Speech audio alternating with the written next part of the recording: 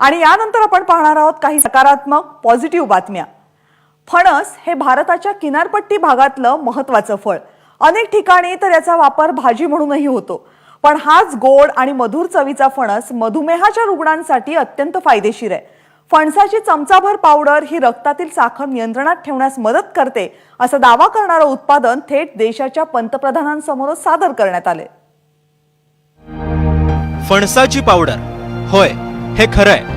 केरळमधल्या ईस्टर्न कॉन्डिमेंटस कंपनीने चक्क फणसाची पावडर तयार केली आहे।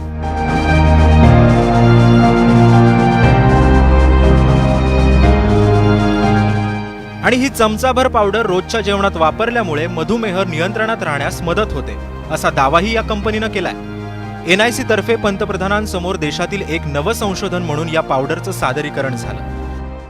Our invention is a patented flour or atta from jackfruit or kathal to control blood sugar of diabetes patients. Our clinical study presented at the American Diabetes Association's conference has shown that adding 1 tablespoon of jackfruit atta in our breakfast, lunch and dinner with our traditional meal like roti or dosa can control daily blood sugar, and in 3 months it can reduce average blood sugar level known as HbA1c. रक्तातील साखरेचं प्रमाण प्रभावित करणारे carbohydrates फणसात कमी असतात। फणसातील fibre आणि प्रोटीनच्या प्रमाणामुळे अन्नाचं पचन हळू होतं आणि शरीरातील साखरेचं प्रमाण अचानक वाढत नाही। त्यामुळे आहार तज्ञ सुद्धा मधुमेहाच्या रुग्णांना फणस खाण्याचा सल्ला देतात।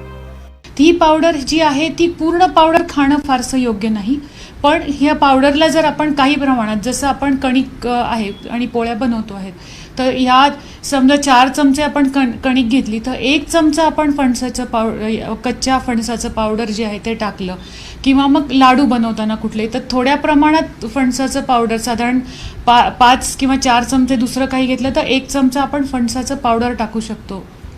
तर या पावडरमुळे काय होतं, काही प्रमाणात शुगर कमी व्हायला मदत होते। फणसाच्या पानांचा रसही रक्तातील साखर नियंत्रित करण्यास मदत करतो। पिकलेल्या फणसापेक्षा कच्चा फणस हा जास्त फायदेशीर ठरतो, असंही आहार तज्ञांचं म्हणणं आहे। त्यामुळे काट्यांनी आच्छादलेल्या या फणसातील गरे डायबिटीसच्या रुग्णांना मात्र अधिकच गोड लागतील। कृष्णा केंडे, ABP माझा, औरंगाबाद। ABP माझा, उघडा डोळे बघा नीट।